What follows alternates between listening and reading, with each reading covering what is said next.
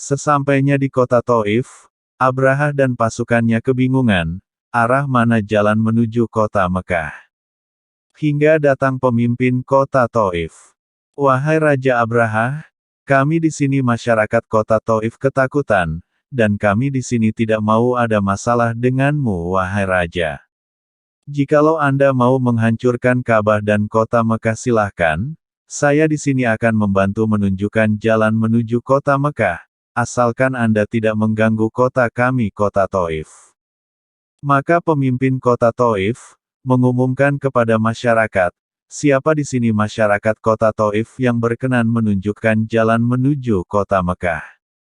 Akan tetapi semua masyarakat kota Taif tidak ada yang mau, karena memang semua masyarakat bangsa Arab tahu bahwa Ka'bah adalah rumah Allah Subhanahu wa Ta'ala.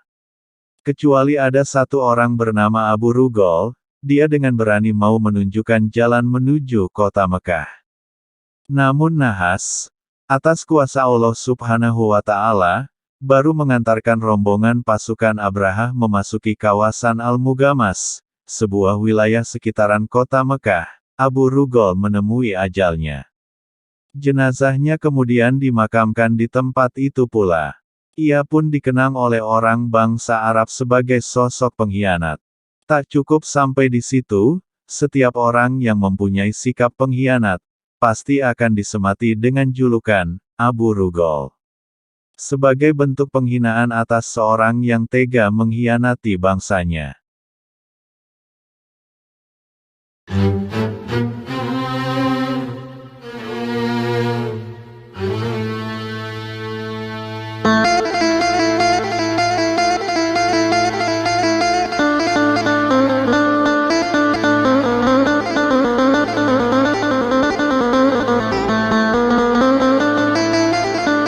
Assalamualaikum warahmatullahi wabarakatuh.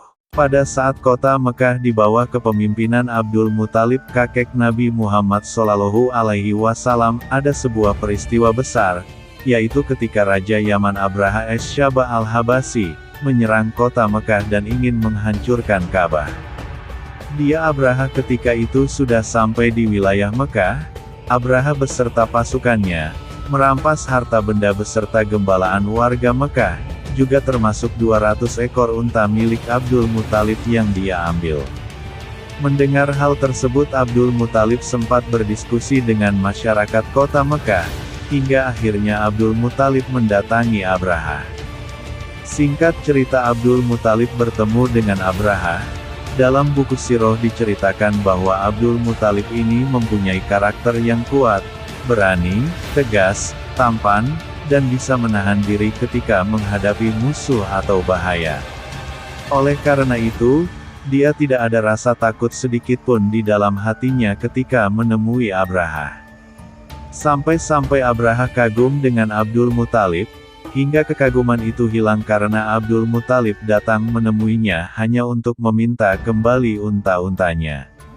Tidak membahas Ka'bah yang sebentar lagi akan dihancurkan Abraha.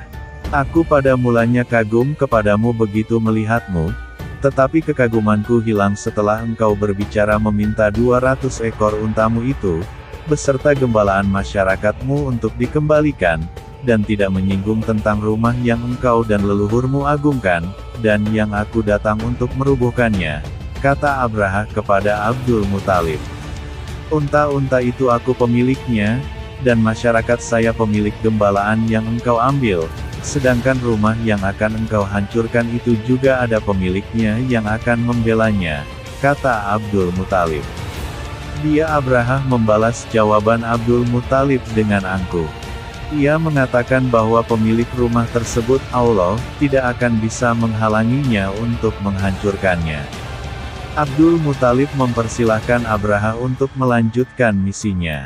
Sementara Abdul Muthalib memerintahkan kepada semua masyarakat untuk mengosongkan kota Mekah, dan berlindung di gunung-gunung dekat kota Mekah, untuk menyaksikan Abraha menghancurkan kota Mekah dan Ka'bah. Di suatu tempat yang bernama Al-Mugamas, tempat inilah Abraha memobilisasi pasukannya, dan menyiagakan gajahnya untuk bersiap-siap melakukan invasi ke kota Mekah. Akan tetapi baru saja sampai di Wadi Mahsir, lembah Mahsir, tiba-tiba Gajah Mahmud, pimpinan gajahnya berhenti dan duduk, yang membuat semua gajah di belakangnya juga ikutan duduk. Hingga dalam riwayat lain, Abraha sempat menusuk Gajah Mahmud hingga kulitnya berdarah, agar pimpinan gajah itu mau berdiri. Meskipun dipaksa, gajah-gajah itu tetap tidak mau berdiri bila dikendalikan ke arah Ka'bah. Akan tetapi bila mereka kendalikan ke arah selatan, utara, timur, ia mau maju dan berlari kecil.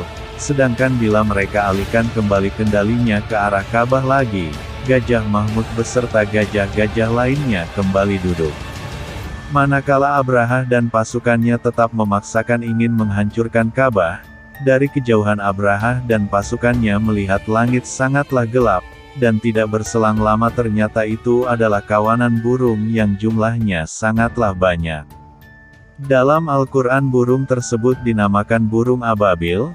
Allah Subhanahu wa Ta'ala mengirimkan ke atas Abraha dan pasukannya, burung-burung yang berbondong-bondong sembari melempari mereka dengan batu, yang terbuat dari tanah yang terbakar dari neraka jahanam. Sebagian riwayat menjelaskan bentuk batunya lebih kecil dari biji kurma. Setiap burung melempar 3 buah batu, sebuah di paruhnya, dan 2 buah lagi di kedua kakinya. Tidaklah lemparan batu tersebut mengenai seseorang, melainkan akan menjadi anggota-anggota badannya hancur berkeping-keping dan binasa, seperti daun-daun yang dimakan ulat. Tidak semua dari mereka terkena lemparan tersebut. Ada yang dapat keluar melarikan diri, tetapi mereka saling berdesakan satu sama lainnya, sehingga banyak yang jatuh di jalan-jalan, lantas mereka binasa, terkapar di setiap tempat.